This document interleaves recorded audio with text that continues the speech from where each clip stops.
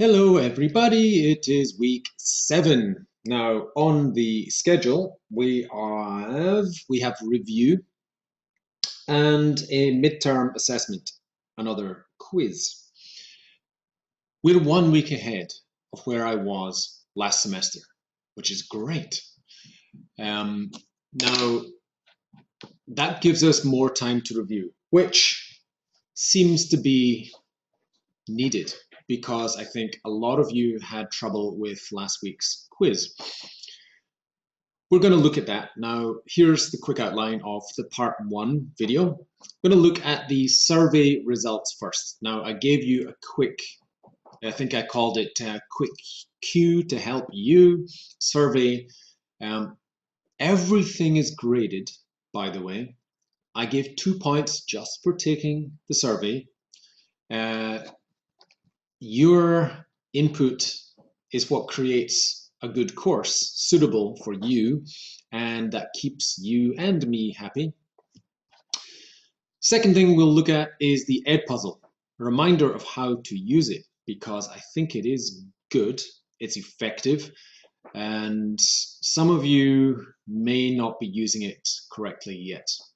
And of course, we'll overview the answers, have a look at what was right, because that is why we're taking quizzes. They're not tests to try and make you fail. They are assessments to make sure that you've understood what I want you to understand, and in the end, to make you more prepared, better prepared teachers. So, going on to the quiz results. Now, I think most of you have responded, I hope so. Actually, some of you may not have. It's no longer accepting responses. I will not open the quiz again. Keep an eye on the dates. It tells you the deadline in Google Classroom. You get a notification and it shows you deadlines. You had a whole week last week to take this, so no excuses. Now, first question, do you watch it on your mobile device? Now I asked this to make sure that I've got the quality set right for how you're watching the videos.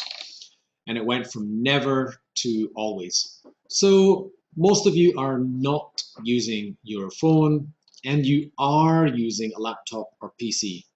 This is good news for me because I understand that quality is important. The videos I'm making the best quality I can within the guidelines I have from the school to upload to Canvas. This third question, I changed last week from a Google quiz to the Edpuzzle, and I also changed the subtitle feature so that the subtitles would be embedded in the Canvas video as well. Now, I asked this question because I originally couldn't embed Edpuzzle within Canvas. The school didn't have that application. They do now, although having played with it, I don't like it. So we'll probably continue the way we did last week. You'll have Edpuzzle, and you'll also have a Google quiz. You'll have both. The subtitles will be in both the Canvas video and on the YouTube channel. So most of you like the Google quiz. Edpuzzle is quite popular, and I think it's maybe one problem some of you had or thing that you didn't like is I prevented skipping forward. Now,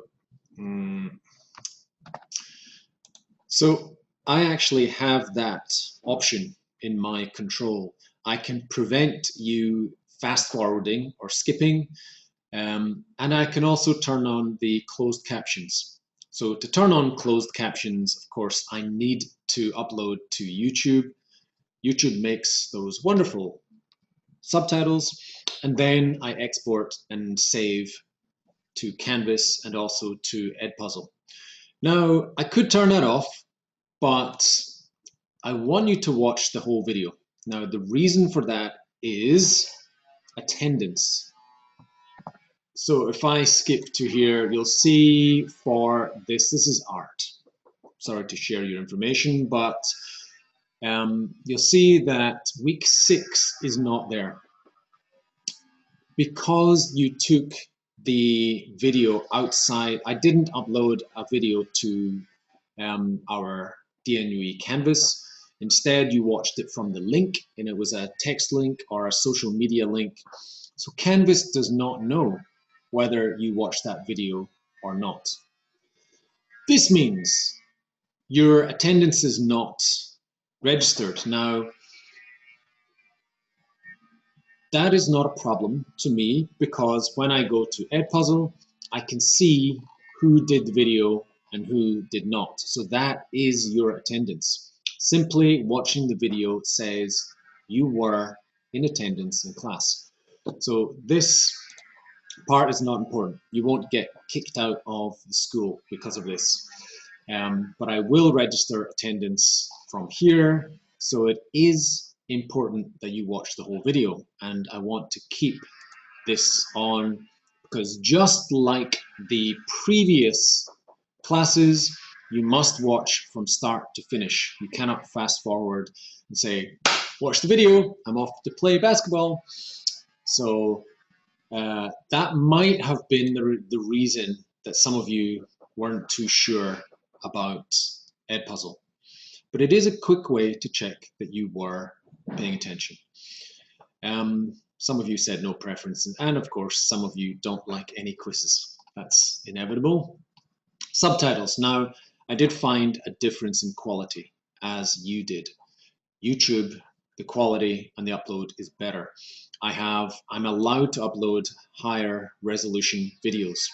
Canvas, I'm not, because the school has limited bandwidth and limited storage capacity. So that's why the YouTube video is better quality, and probably why you prefer watching on YouTube. And I think the other reason is you can skip back and forward on the video. I will continue to put the subtitles into the Canvas videos, so you've got that option as well, should you not want to look at an external video. Some of you are not using the subtitles. Fantastic. It must be my English major. So if you don't need subtitles, great. Of course, you wouldn't in class, but that's one of the differences of this digital class. Right, and then there was 2 different ways to watch the video. And I posted a social media link, which seems to have been more popular than the text link. So I will use that again, should we use Edpuzzle again. This week, I don't think I'll use Edpuzzle, because we have a bigger quiz, midterm quiz. It's to check what you know and what you don't know in preparation for the micro lessons, which are coming up very soon. Next week is micro lesson preparation week, which means making sure I know who's doing what type of micro lessons and when. So that's a schedule. So this week we'll do a quick review of what you need to know before preparing for your micro lessons. I haven't heard anything about any change to our curriculum, so I think it's digital till the end. Who knows, maybe even 2021 is digital with all these new COVID cases around, but not in Korea, right?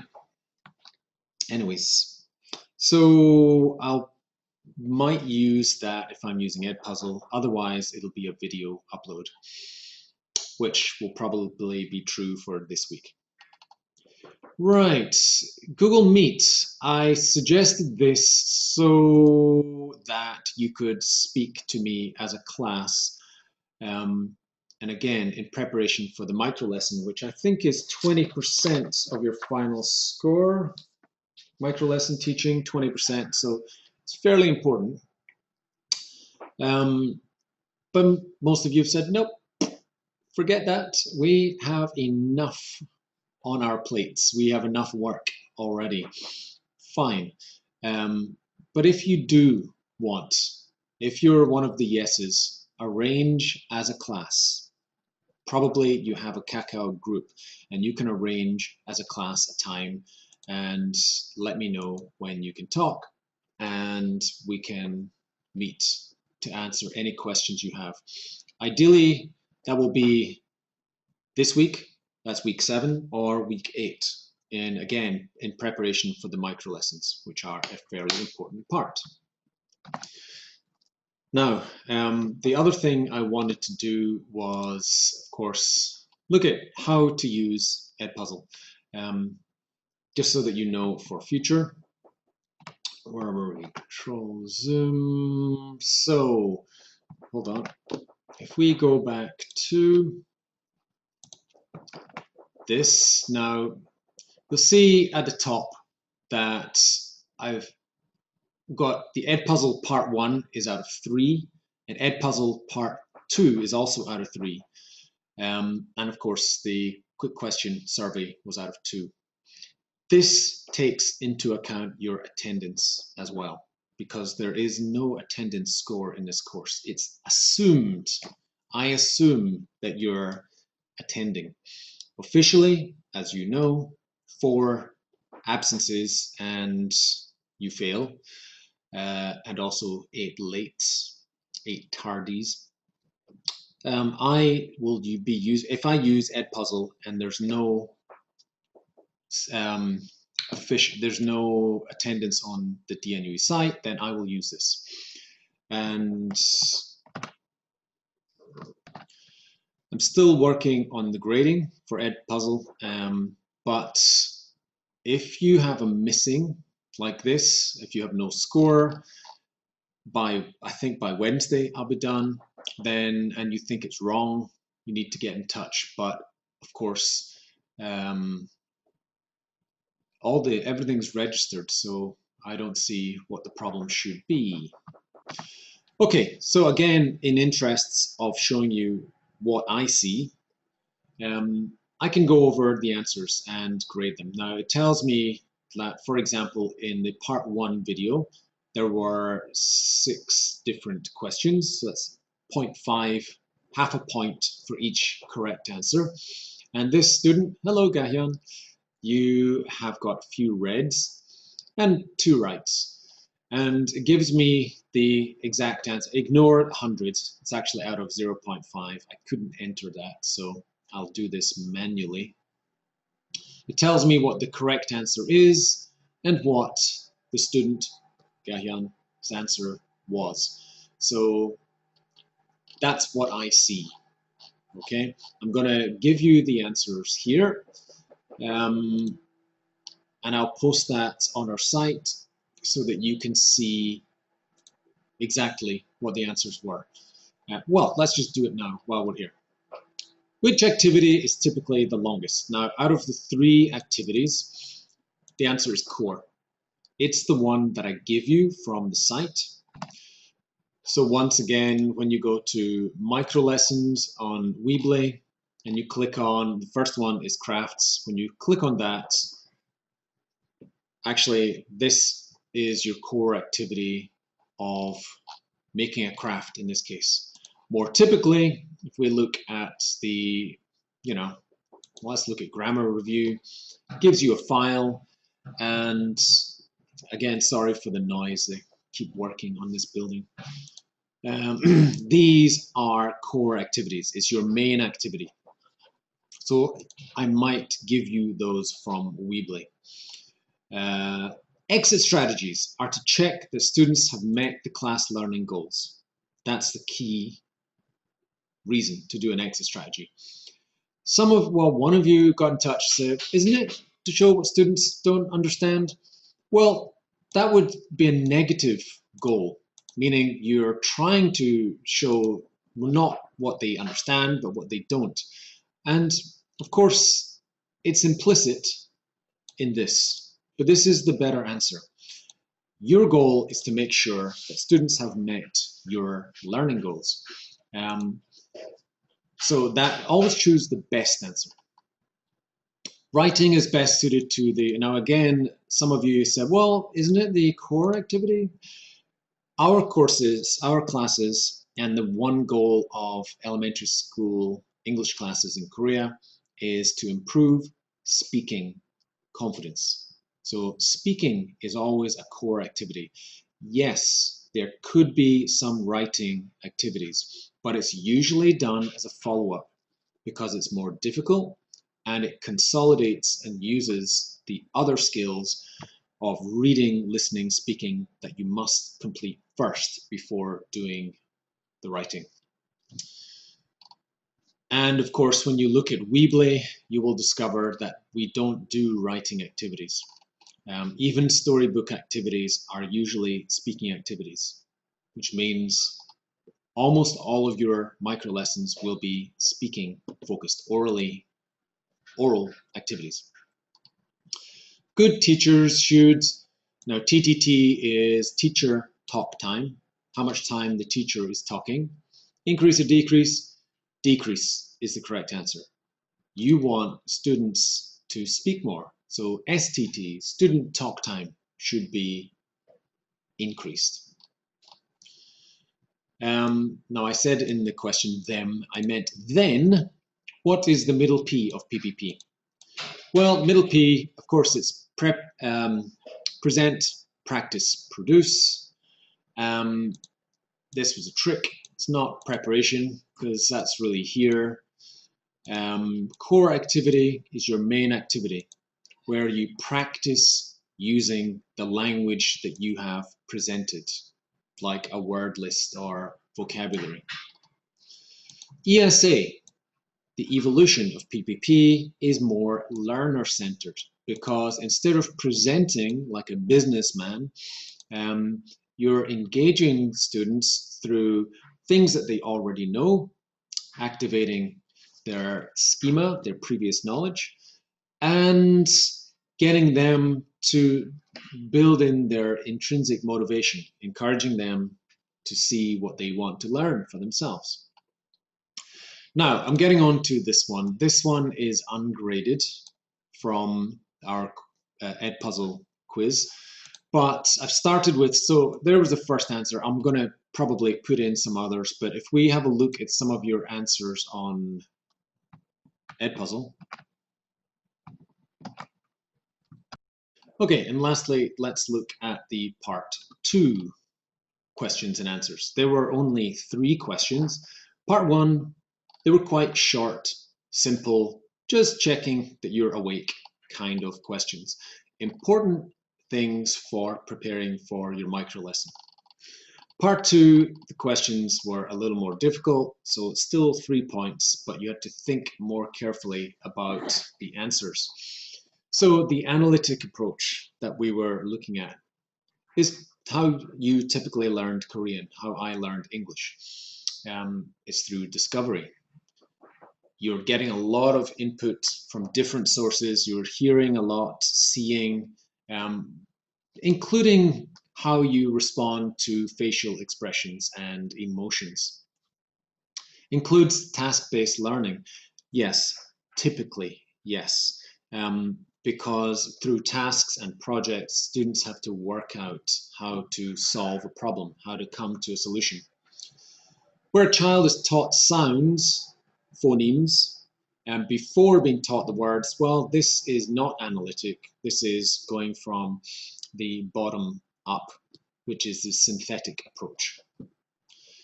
Examples. Brainstorming, again, students, it's a learner-centered approach. Students coming up with their own ideas, examples. Using authentic materials. So there's some language, a lot of language actually, more difficult than they understand. So they have to use the important stuff. And grouping words, finding similarities between words. Micro lessons will use 1 or 2 or 3 groups of similar words in each activity that you do, as in each core activity. Phonics, again, like this one, is typically a synthetic approach, working from the bottom up, assuming 0 knowledge. And the rubric, this grading chart, Now, last week I showed you the full rubric from this link. If you click on the micro lesson prep week 8, I'll probably move it to week 7 actually. It looks like this. Now this is reduced for what I assume is going to be a digital micro lesson. It's the important stuff. It is still the 3 different areas: language, what you say and what you present; TE, what you do, how you present it; and activities, the activities that you choose to do review your key language. So this is the rubric. And if we go back to this, what's true is 3 parts. Yes, feedback. Many of you did not click this one. You didn't check this because you do not have students in your class. I cannot do feedback, as I said in the video. So again, this question is just checking, were you listening and paying attention? Feedback, when you go to the site and you click on number 10 actually, now we didn't do this, but this is what feedback is in my original class. What we do is you practice different ways to respond to students' answers. One key aspect of the micro lessons is to show that you're listening and responding to students. It's an important part of teaching because you're not a presenter, you're not a business person. Your audience is interactive, and because it's children, you need to constantly interact, respond, help, learning. You don't have those learners in the digital lesson, so that part is not there. Key goal is to get students talking and doing as much as possible. Yes, to increase STT, student talk time, and again, to decrease teacher talk time. Paraphrasing is not an example activity. It's actually something that was in the original rubric that I showed you. So when you clicked on this one, paraphrasing is different ways to say the same thing. Like, okay, everyone go back to your seats, return to your seats, sit down. You do that to make sure that students are familiar with different ways to say the same thing. Because, you know, it's like the old, if you teach, every time you meet someone, you have to say, hello, my name is.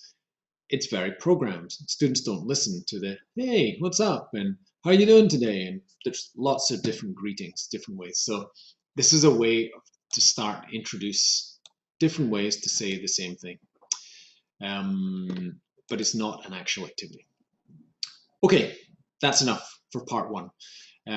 Part 2, we're going to have a look at, well, quickly review different things that we've done so far. You've done all the hard work, so now it's time for you to show me through your micro lesson scripts what you can do as teachers.